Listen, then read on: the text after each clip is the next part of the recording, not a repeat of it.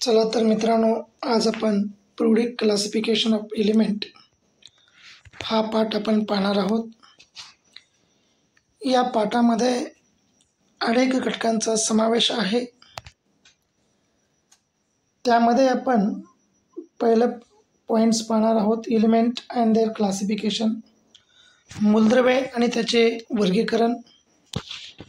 दुसरा आहे डोबेरान ट्रेट्स, डोबेरानची त्रिके. तिसरा पॉइंट्स आहे न्यूलँड्स लॉ ऑक्टेज, न्यूलँडच्या अष्टकांचा नियम.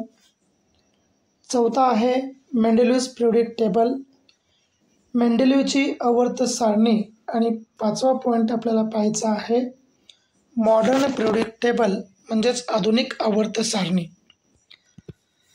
तर त्यात पहिला प्रश्न इथे दिलेला आहे. पाठाचं नाव तुम्हाला माहीतच असेल, पुन्हा एक वेळेस पहा. पिरियोडिक क्लासिफिकेशन ऑफ एलिमेंट्स म्हणजे मूलद्रव्याचे वर्गीकरण, आवर्ती वर्गीकरण असे होतो. प्रश्न पहिला पहा, what are the type of matter. Matter म्हणजे द्रव्यांचे प्रकार कोणते आहेत हे आपल्याला पाहायचं आहे. द्रव्यांचे प्रकार किती व कोणते. तर द्रव्यांचे प्रकार आपण जर पाहिला असेल तर यामध्ये जवळपास 5 प्रकार द्रव्याचे पडतात. There are 5 type of matter as a follow. First solid, liquid, gas, plasma आणि पाचवा जो आहे तो बोस आयन्स्टाईन. असे 5 प्रकार द्रव्याचे पडत असतात. त्याच्या पुढचा प्रश्न जो आहे तो आहे what are the type of elements. Type of elements म्हणजे मूलद्रव्यांचे प्रकार किती व कोणते. मूलद्रव्य म्हणजे काय, तर मूलद्रव्यामध्ये कोणकोणते प्रकार पडतात ते आपण जाणून घेऊया. मेटल, नॉन मेटल आणि मेटलॉइड्स. धातू, अधातू आणि धातू सदृश्य असे 3 प्रकार याच्यामध्ये पडत असतात. तिसरा प्रश्न आहे what are the smallest particle of matter is called. तर मूलद्रव्याच्या सूक्ष्म कणाला काय म्हणतात. मित्रांनो, मूलद्रव्याच्या सूक्ष्म कणाला आपण अणू म्हणजे ॲटम असे म्हणतात. The smallest particle of matter are called as a atom. चौथा प्रश्न आपण जाणून घेऊया. चौथा प्रश्न असा आहे what is the difference between the molecules of element and compounds. What is the difference between the molecules of element and compound.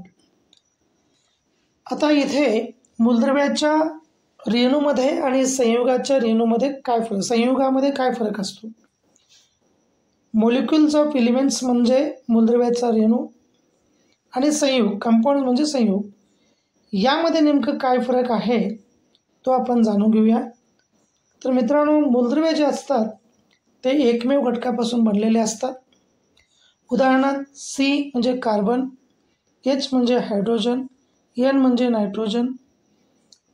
असे भिन्न भिन्न प्रकाराचे मूलद्रव्ये आपल्याला पाहायला मिळतात.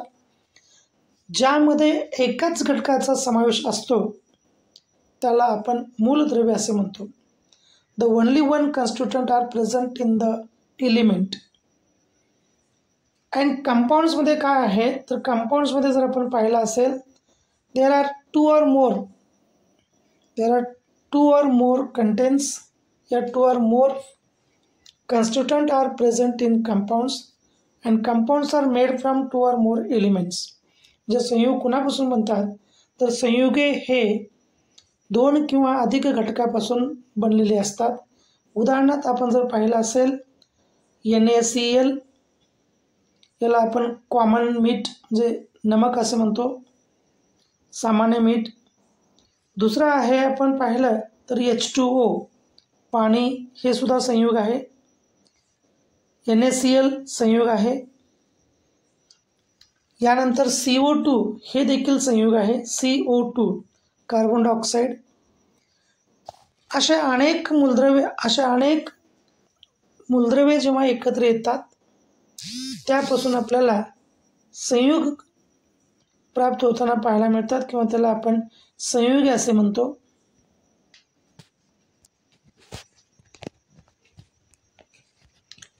तर मित्रांनो, आपण पाहूया, आता धड्याकडे पाहूया.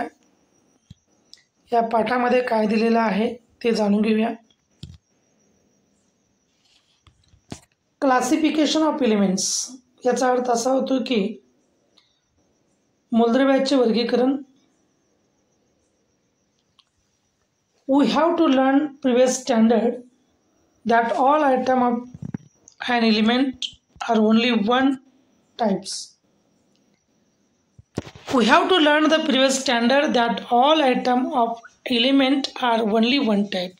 तर मागील इयत्तेमध्ये आपण पाहिलेलं आहे की सर्व मूलद्रव्ये जे असतात ते एकाच घटकापासून बनलेले असतात.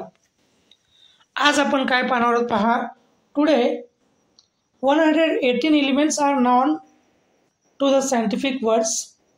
However, around year 18th centuries, only about 30 elements were known. या पाठात आपण काय पाहणार आहोत तर जवळपास 118 मूलद्रव्याचा समावेश कसा आहे हे आपण या पाठात पाहणार आहोत. आणि 18व्या शतकापर्यंत जवळपास फक्त 30 मूलद्रव्यांचीच फक्त माहिती होती. मोर number of element were discovered the course of the time. अनेक मूलद्रव्याचा शोध नंतर लागलेला आहे. more and more information about the properties of these elements was gathered.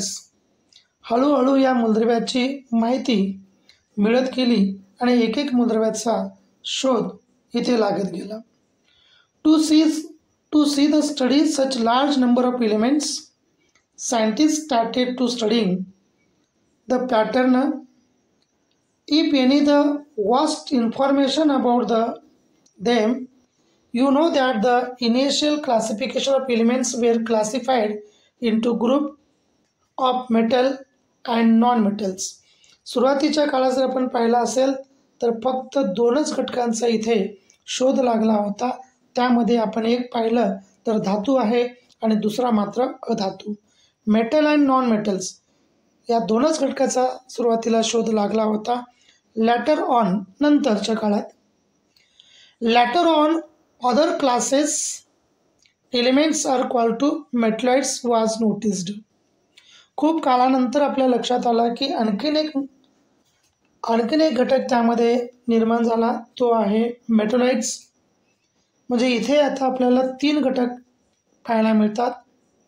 या आधुनिक आवर्त सारणीचे 3 घटक किंवा 3 घटकात रूपांतर होतात. एक मेटल, दुसरा नॉन मेटल आणि तिसरा मेटलॉइड्स. धातू, अधातू आणि धातू सदृश्य अशा 3 घटकामध्ये इथे आपल्याला रूपांतर पाहायला मिळतो. As a knowledge about the elements and their properties, when the increasing different scientists started trying out different methods of classification. अनेक वैज्ञानिकांनी यामध्ये आले, त्यांचा हस्तक्षेप केला आणि प्रत्येकाने आपापल्या मते इथे संशोधन केलेली आहेत. त्यामध्ये आपण आज पाहत आहोत. इथे पहिला सायंटिस्ट आहेत डोबेराइन ट्रेड्स. तर डोबेराइनस हे एक वैज्ञानिक आहेत. ट्रेड्सचा अर्थ त्रिके. डोबेराइनचे त्रिके. त्रिके म्हणजे काय तर इथे आपण त्रिकांचा समावेश कसा आहे ते पहा. तर इथे पहिल्या आणि तिसऱ्या मूलद्रव्यांचा जो गुणधर्म आहे तो एकसारखा असतो, म्हणून डोबेराइन ट्रेड्स त्याला म्हणतात. In the year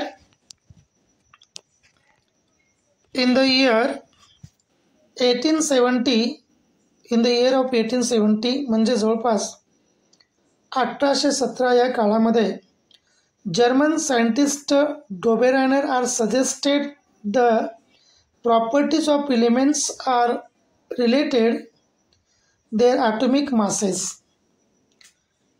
डोबेरायने काय केलेलं आहे तर जवळपास 1817 मध्ये त्याने मूलद्रव्याच्या अणुवस्तुमानाच्या अणुवस्तुमानानुसार त्यांनी रचना केलेली आहे. Here made groups of 3 elements such having similar chemical property are called to triads. त्रिक कुणाला म्हणतात तर डोबेरांच्या मते त्यांनी एक गट निर्माण केलेला आहे समान गुणधर्म असलेल्या मूलद्रव्याचा. Here arranged 3 elements in triad in an increasing order atomic mass and show that atomic masses middle element was approximately equal to mean that atomic masses the other elements. तर त्यांनी अशा 3 मूलद्रव्याची रचना केलेली आहे. त्यांचा रासायनिक गुणधर्म सारखा आहे आणि पहिल्या आणि तिसऱ्या मूलद्रव्याचं जर बेरीज केली असता जवळपास तो मधल्या मूलद्रव्याची बेरीज त्यांना प्राप्त होते. अशांना आपण डोबेरान थ्रेड्स असे म्हणतो. पुन्हा एक वेळेस पहा, डोबेरानचे थ्रेड्स कुणाला म्हणतात तर डोबेरानने काय केलं, समान गुणधर्माचे 3 मूलद्रव्ये घेतलेली आहेत आणि याला त्रिक असं नाव संबोधलं. त्रिक का म्हणतात कारण पहिल्या आणि तिसऱ्या मूलद्रव्याचा गुणधर्म पहिल्या आणि तिसऱ्या मूलद्रव्याची बेरीज केली असता मधल्या मूलद्रव्याचा अणुवस्तुमान प्राप्त होतो. यालाच डोबेरानचे थ्रेड असे म्हणतात.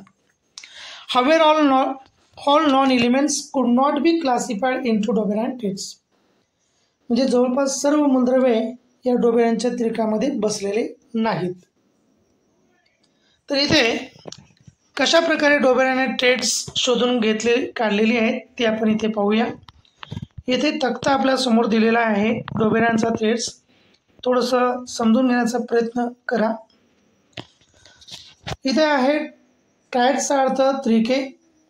ट्रायड्स म्हणजे त्रिके.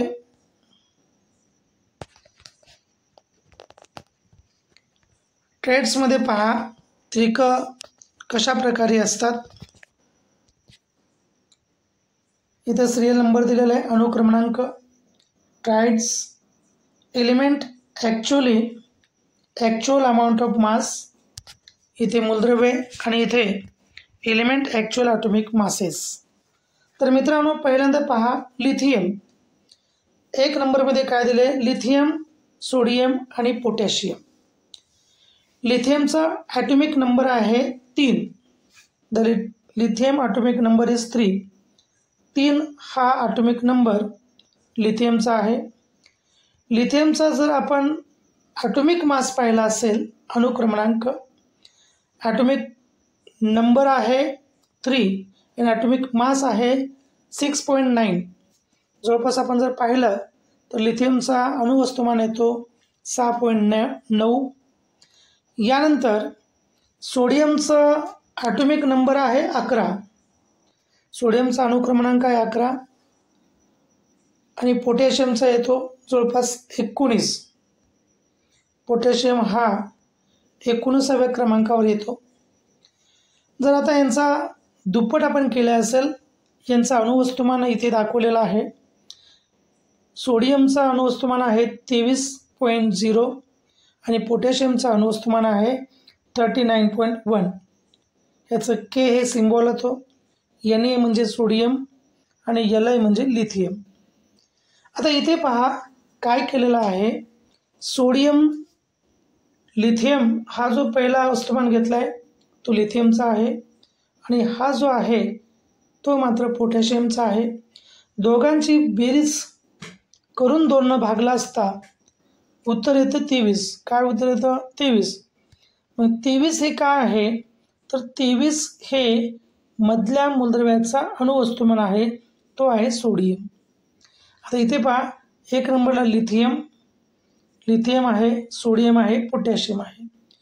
या दोघांची बेरीज केली असता आपल्याला सोडियमचा अणुवस्तुमान प्राप्त होतो. यालाच त्रिक असं संबोधलेलं आहे. म्हणजे पहिल्या आणि तिसऱ्या मूलद्रव्याची बेरीज केली असता मधल्या मूलद्रव्याचा अणुवस्तुमान आपल्याला प्राप्त होतो. यालाच डोबेरानचे त्रिक किंवा डोबेरान ट्रेट्स असे म्हणतात. दुसरा पॉईंट पहा, तशाच प्रकारे दिलेला आहे.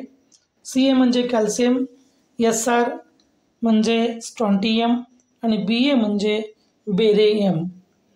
आता इथं स्ट्रॉन्टियम आणि बेरियम या दोघांची बेरीज केली असता आपल्याला मधल्या मूलद्रव्याचा गुणधर्म प्राप्त होतो. कॅल्शियम आणि बेरियम या दोघांची बेरीज केली असता आपल्याला स्ट्रॉन्टियम या पदार्थाचा आपल्याला अणुवस्तुमान प्राप्त होतो, म्हणून याला देखील डोबेरान स्टेट असे म्हणतात. तिसरा आहे क्लोरीन, ब्रोमाइन आणि आयोडीन. आता क्लोरीन आणि आयोडीन या दोघांची बेरीज केली असता क्लोरीन आणि आयोडीनची बेरीज केली असता आपल्याला ब्रोमाइनचा अणुवस्तुमान मिळतो, म्हणून हेही डोबेरानचे थ्रेड्स आहेत. अशा प्रकारे आपल्याला डोबेरानची त्रिकं सहजपणे ओळखता येऊ शकतात. पहिल्या आणि तिसऱ्या मूलद्रव्याची बेरीज करून 2 भागला असता मधल्या मूलद्रव्याचा अणुवस्तुमान प्राप्त होतो, यालाच आपण डोबेरान थ्रेड्स असे म्हणतो. इथे कॅन यू टेलमध्ये तुम्हाला आणखीन काही डोबेरान स्टेट्स दिलेले आहेत. यामध्ये तुम्ही पाहून सहजपणे आयडेंटिफाय करू शकता. इथे identify डोबेरान threads from following group elements having similar chemical properties. समान गुणधर्म असलेल्या डोबेरानच्या त्रिकांचा इथे आपल्याला शोध घ्यायचा आहे.